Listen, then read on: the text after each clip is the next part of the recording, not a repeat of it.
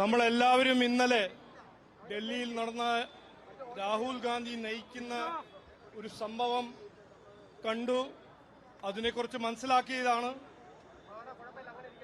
ഇന്നലെ നടന്നത് നമ്മുടെ രാജ്യത്തിന്റെ പ്രധാനമന്ത്രിയുടെ വീട്ടിൽ ആക്രമിക്കാൻ ഒരു ശ്രമം. ഈ നാടിനെ നയിക്കുന്ന ഒരു പ്രധാനമന്ത്രി ഒരു ഹൈ സെക്യൂരിറ്റി ഏരിയയിൽ കയറി അദ്ദേഹത്തിന്റെ വീട്ടിൽ ഒരു ആക്രമണ ശ്രമം നടത്തിയത് രാഹുൽ ഗാന്ധിയും കോൺഗ്രസ് പാർട്ടിയുടെ പ്രവർത്തകരായിരുന്നു.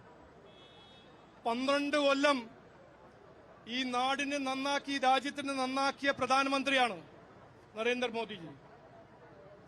അദ്ദേഹത്തിനെ ഇങ്ങനെ അപമാനിക്കാനും അദ്ദേഹത്തിനെ ഇങ്ങനെ ടാർഗറ്റ് ചെയ്യാനും ഈ രാജ്യത്തിന്റെ ജനാധിപത്യം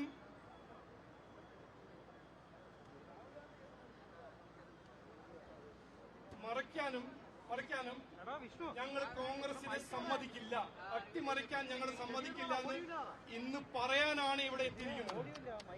ഇതില് കോൺഗ്രസ് നേതാക്കന്മാര്, പ്രവർത്തകര്, രാഹുൽ ഗാന്ധി, പ്രിയങ്ക ഗാന്ധിക്ക് ഒരു സംശയം ഉണ്ടാവാൻ പാടില്ല. നരേന്ദ്രമോദിജി ജനാധിപത്യപരമായ ഒരു എലക്ടഡ് പ്രൈം മിനിസ്റ്ററാണ്. അദ്ദേഹത്തിന് പിന്തുണ കൊടുക്കുന്നത് ഈ രാജ്യത്തിന്റെ എത്രയോ ജനങ്ങളാണ്.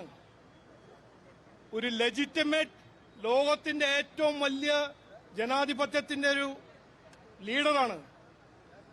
അദ്ദേഹത്തിനെയോ ഈ രാജ്യത്തിന്റെ ജനാധിപത്യത്തെ അട്ടിമറിക്കാൻ രാഹുൽ ഗാന്ധിയോ രാഹുൽ ഗാന്ധിയുടെ അപ്പൂപ്പന് സാധിക്കില്ല എന്ന് ഞാൻ പറയാൻ ആഗ്രഹിക്കുന്നു. പിന്നെ മറ്റൊരു കാര്യം, ഏറെ ഒരു പ്രധാനപ്പെട്ട ഒരു വിഷയമാണ് നമ്മളെ കുട്ടികളുടെ ഭാവി. ഈ നീറ്റ് എക്സാമിനേഷന്റെ ലീക്ക് നടന്നപ്പോൾ അന്നു മുതൽ നമ്മുടെ പ്രധാനമന്ത്രി ചെയ്ത കാര്യങ്ങൾ നമ്മളെല്ലാം മനസ്സിലാക്കണം. മെയ് മുതൽ CBI ഇൻവെസ്റ്റിഗേഷൻ നടത്തി, ഉദ്യോഗസ്ഥന്മാരെ മാറ്റി, നീറ്റ് റീ എക്സാമിനേഷൻ നടത്തി, എല്ലാം സക്സസ്ഫുൾ ആയി ചെയ്തു. എന്നിട്ടും ഇന്ന് സ്റ്റുഡൻസിന്റെ ഭാവിക്ക് വേണ്ടി, വിദ്യാർത്ഥി യുവാക്കളുടെ ഭാവിക്ക് വേണ്ടി അവർക്ക് സമരം ചെയ്യാൻ അവർക്കൊരു അവകാശമുണ്ട് എന്ന് സമ്മതിക്കുന്ന ഒരു പ്രധാനമന്ത്രിയാണ്. സമരം ചെയ്യണം, ചർച്ച ചെയ്യാൻ തയ്യാറാണ്, പരിശോധിക്കണം. ഇതിന്റെ ഉത്തരവാദിത്വം ആരാണെങ്കിലും അവർക്ക് ഒരു പണിഷ്മെന്റ് കിട്ടണം എന്ന് പ്രധാനമന്ത്രി പറഞ്ഞതാണ്. ഇന്നലെയും അദ്ദേഹം പറഞ്ഞു ഇതൊരു പാപമാണ്.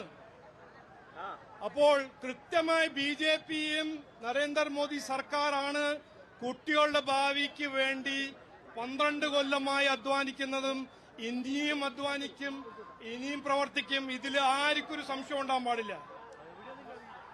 ഈ കുട്ടികളുടെ പേരിൽ കോൺഗ്രസ് മുതലെടുക്കുന്ന ഈ രാഷ്ട്രീയം നമ്മൾ മറക്കരുത്. ആ കുട്ടികൾ അവിടെ ഇരിക്കുമ്പോൾ നഡ്ഡാജിയാണ് അവരെ പോയി കണ്ടത്, ജിതേന്ദർ സിംഗ്ജിയാണ് അവരെ പോയി കണ്ടത്. രാഹുൽ ഗാന്ധിയും പ്രിയങ്ക ഗാന്ധിയും അവിടെ ഒരു മിനിറ്റ് പോയില്ല അവരൊപ്പം സംസാരിക്കാനോ കാണാനോ. അവരെത്തിയത് എവിടെയാണ്? പ്രധാനമന്ത്രിയുടെ വീടിന്റെ മുമ്പിൽ. ആരോപ്പം എത്തി? ഉമർ ഖാലിദ്, ടുക്കഡേ ഗ്യാങ്, ആർട്ടിക്കിൾ 370 മടങ്ങി കൊണ്ടുവരണം എന്ന് പറയുന്ന വ്യക്തികൾ, അവരുടെ ഒപ്പമാണ് ഈ രാഷ്ട്രീയം ചെയ്യുന്നത്. ഞാൻ ആദ്യമല്ല ഇത് വിചാരിക്കുന്നത് ഇവരൊരു അവസരവാദ രാഷ്ട്രീയമാണ്. അതൊന്നല്ല, ഇതൊരു ഗൂഢാലോചനയാണ്. കോൺഗ്രസിന് ജനാധിപത്യ വഴി അവർക്ക് ജനങ്ങളുടെ പിന്തുണ കിട്ടില്ല എന്ന് അവർക്ക് മനസ്സിലായിട്ടുണ്ട്. 14, 19, 24 ബീഹാർ, വെസ്റ്റ് ബംഗാൾ, ആസാം ജനങ്ങൾ തീരുമാനിച്ച് ഒരു നല്ല മെസ്സേജ് കൊടുത്തിട്ടുണ്ട് കോൺഗ്രസിന്.